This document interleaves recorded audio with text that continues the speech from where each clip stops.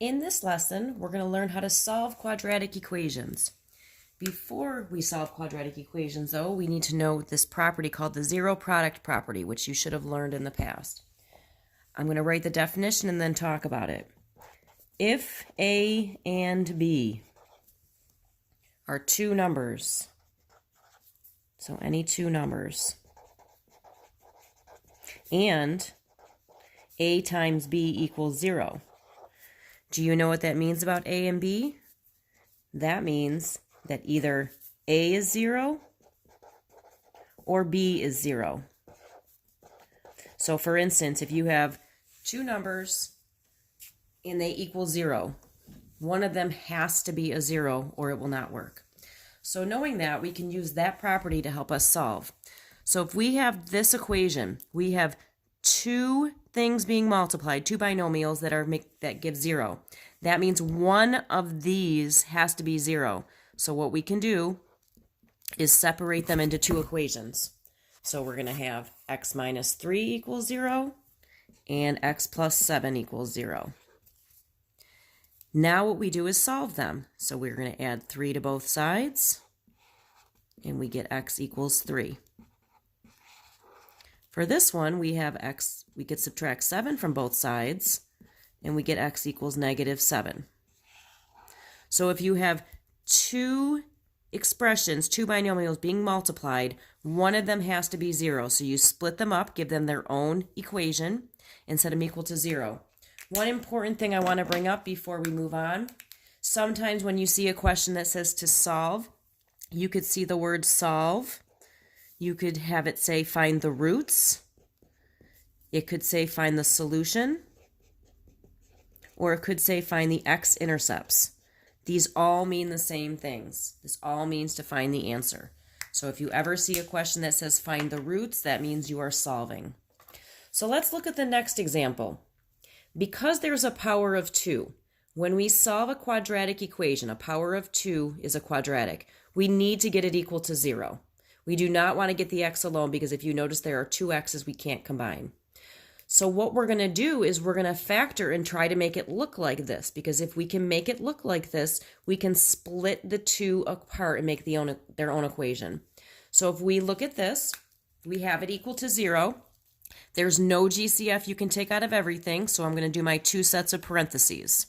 This ties into factoring that we did in the previous lesson. What times itself gives you x squared? X and x. Now we need to find factors of 14. So 1 in 14, 2 times 7, 3 doesn't work, 4 doesn't work, 5 or 6 does not work, and then 7 would be the next, so we're done. So we want factors of 14 that subtract, that's a minus, to give you 5. Well, if you subtract 2 and 7, you get 5. So 2 and 7 will be our numbers. We want a positive 5. So are we doing 2 minus 7 or 7 minus 2? We're doing 7 minus 2. So the 7's first, that's positive. Minus 2 means the 2 is negative. Now we have two binomials being multiplied equaling 0. So what we can do is what we did up top. We're going to split them apart and give them their own equation. So x minus 2 equals 0 and x plus 7 equals 0. I like to put a little or in there and put a little dotted line just to separate the two. How do we solve the first one? We're going to add 2 to both sides.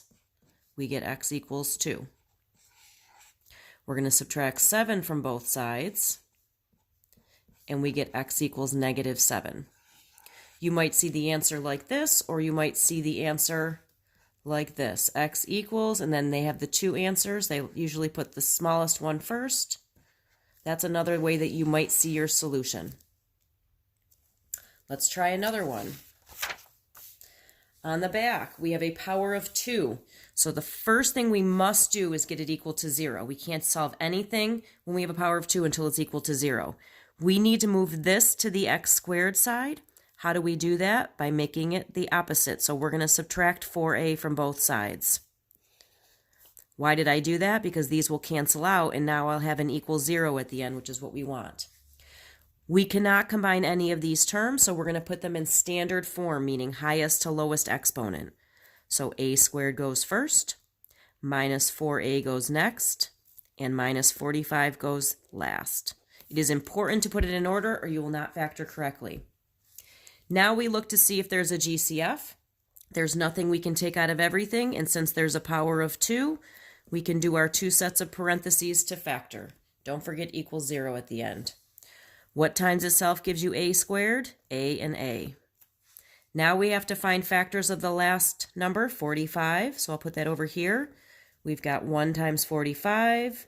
You cannot divide it by 2. 45 divided by 3 is 15.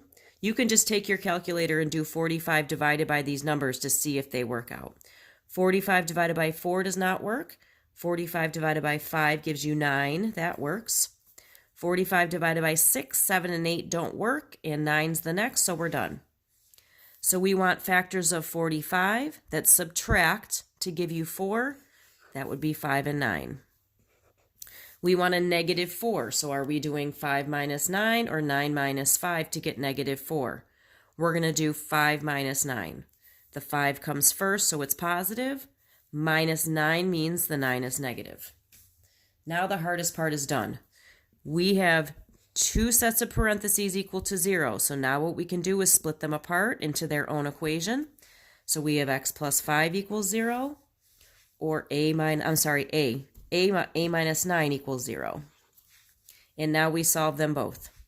So we have minus 5. So that gives our first answer of negative 5.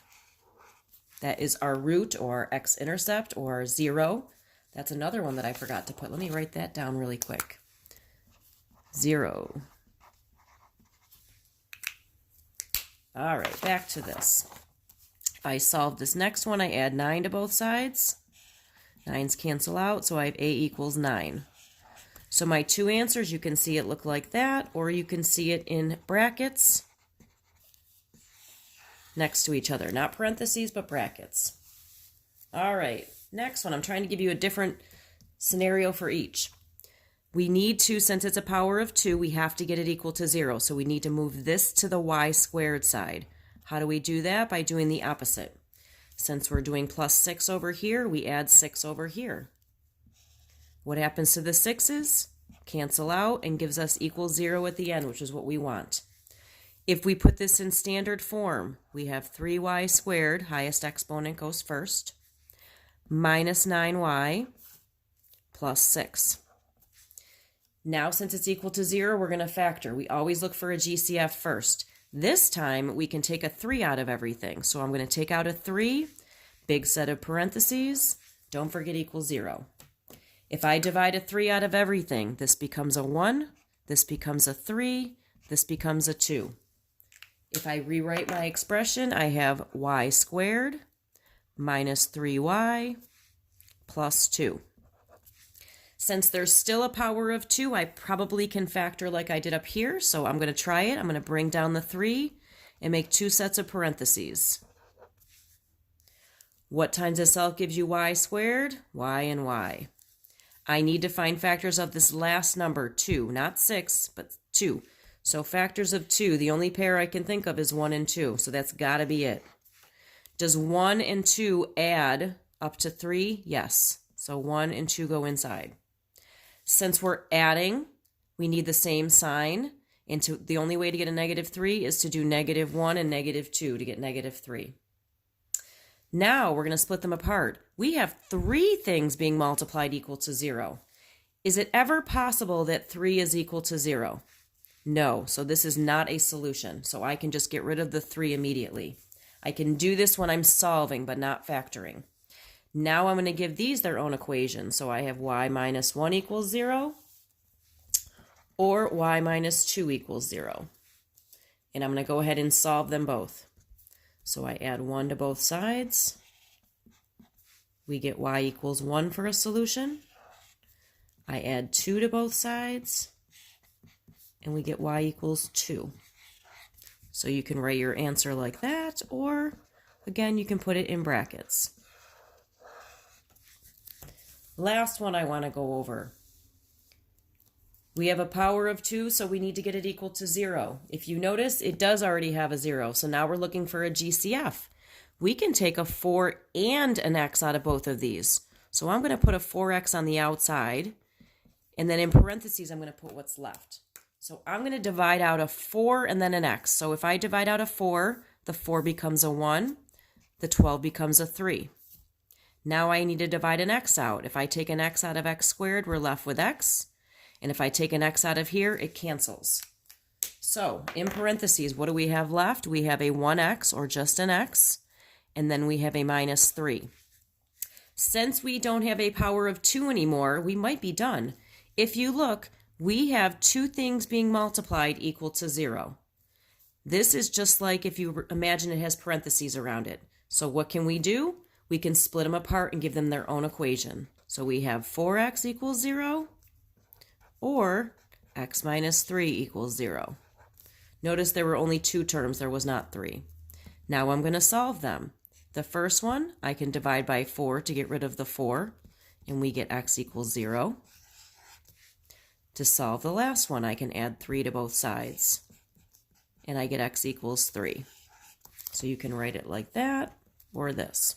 If you have a graphing calculator, the nice thing about this is you can go to y equals. You can type in the equation when it's equal to 0, so you can type this in, and go to your table and see if you see these in front of zeros. That would work up here as well. If you went to y equals and typed this in and went to your table, you would look to see if 1 and 2 have zeros in the y column next to it. That's a quick way to check.